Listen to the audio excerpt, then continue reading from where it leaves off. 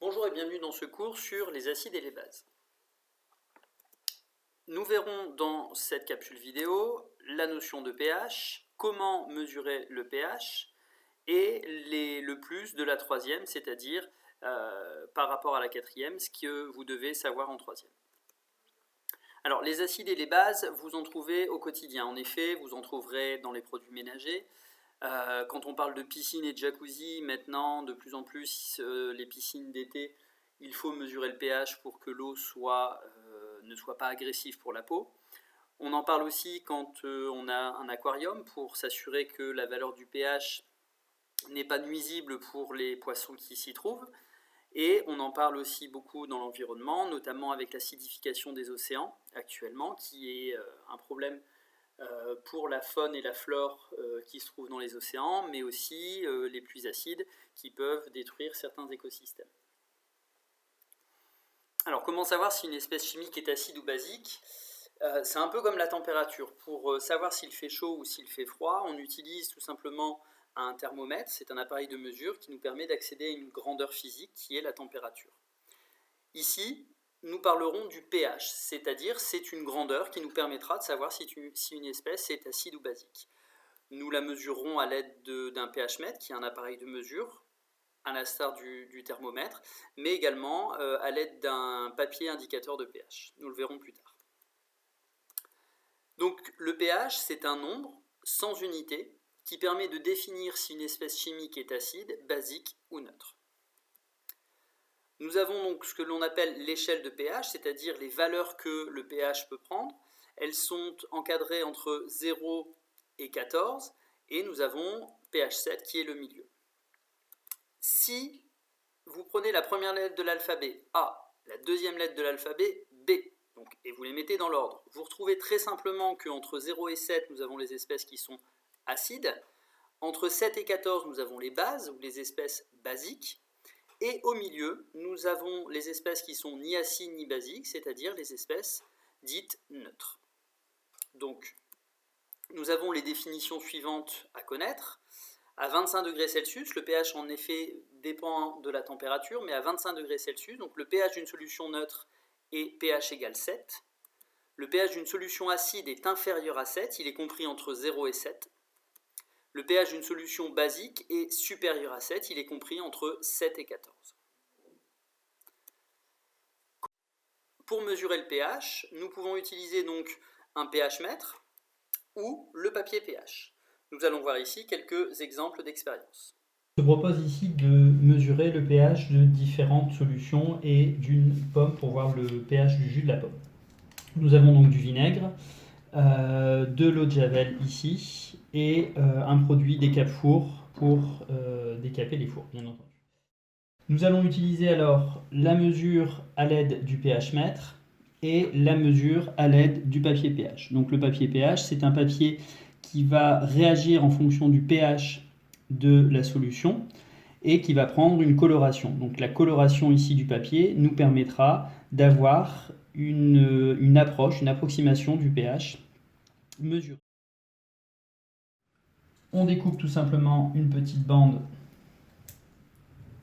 de papier pH. Sur cette bandelette de papier pH, à l'aide d'une baguette en verre, nous venons déposer une goutte de la solution, donc ici une goutte de vinaigre.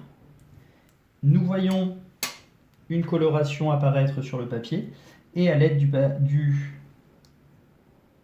dégradé de couleur que nous avons ici, nous allons pouvoir estimer la valeur du pH. Donc ici, on a un pH qui est aux alentours de 2. Voilà. Entre 3 et 1 si on veut avoir une fourchette. On peut vérifier que le pH mètre nous donne une valeur de pH plus précise ici de 2,27, 2,26. Donc on arrondira ici entre 2,3 et 2,2. pH ici compris entre 0 et 7, donc un pH bien entendu acide. La mesure du pH de l'eau de javel au pH mètre nous donne un pH aux alentours de 9. Nous allons vérifier ceci à l'aide du papier pH. Alors l'eau de javel a cette caractéristique d'être aussi un décolorant, donc c'est bien la couleur qui apparaîtra au départ sur la bandelette qui nous donnera la valeur du pH. Donc on essuie bien entendu la baguette en verre. Voilà, je prélève une goutte, je dépose la goutte. Et nous avons ici, vous voyez, vraiment c'est au départ qu'il faut voir, elle disparaît très très rapidement cette couleur. Mais ici, voilà, je recommence. On a une couleur qui est dans les verts, donc un pH qui est aux alentours de 9. Ici, on retrouve bien la même valeur que sur le pH. Nous pouvons ici regarder le pH des capes-fours. Donc c'est une mousse que j'ai mis à l'intérieur ici de ce bécher. Je vais prélever un peu de cette mousse et déposer ici sur le papier pH. Et là on voit qu'on a une solution qui est extrêmement basique. On a un pH qui est aux alentours des 13-14, donc quelque chose qui est extrêmement basique. L'eau de javel ici a été diluée, donc un tout petit peu d'eau de javel et beaucoup d'eau. C'est pour ça qu'on a un pH qui était légèrement basique. Mais nous pouvons voir que sur le décape-four et sur l'eau de javel, nous retrouvons les pictogrammes de sécurité qui indiquent, bien entendu, que ces produits sont extrêmement corrosifs, donc extrêmement dangereux à utiliser, puisqu'ils peuvent attaquer les matériaux et les matières organiques. Le décape-four ici est un produit qui est extrêmement corrosif. En effet, il a un pH qui est très très haut, donc très très basique, puisqu'il est aux alentours de 13 et 14. Et pour finir, voilà, avec la pomme, donc ici, un petit peu de jus de pomme déposé sur le papier pH, et on voit que la pomme a un pH qui est de l'ordre de entre 4 et 5, mais c'est un pH qui est bien acide. Donc on retrouve bien ici le fait que la pomme a une acidité. Revenons ici sur les pictogrammes de sécurité. Nous avons des pictogrammes sur les espèces chimiques acides ou basiques, très acides ou très basiques. Nous retrouvons le pictogramme corrosif, c'est-à-dire qui peut attaquer les matières organiques et les autres matières, par exemple les matières métalliques. Les produits, s'ils sont moins dangereux, sont irritants, c'est-à-dire qu'ils vont causer une démangeaison cutanée.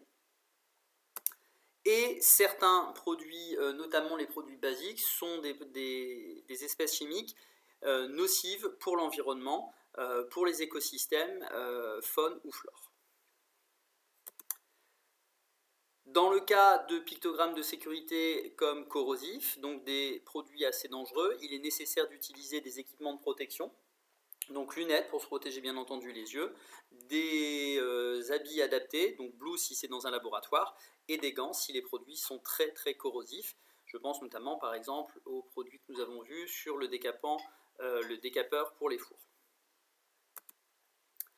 Alors le plus de la troisième par rapport à la quatrième, ça nous l'avions déjà vu en quatrième. Le plus, c'est que vous connaissez maintenant la notion des ions, donc espèces chimiques chargées soit positivement, soit négativement, donc des cations ou des anions. Et le caractère acide ou basique d'une solution, d'une espèce chimique, va dépendre de la proportion en ion H+, ou en ion hydroxyde HO-.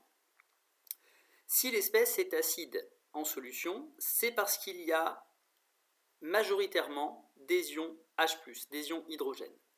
Si au contraire ce sont les ions hydroxydes qui l'emportent, nous avons une solution qui est dite basique. Donc lorsque l'ion hydroxyde est majoritaire, l'ion HO- est majoritaire, l'espèce est basique.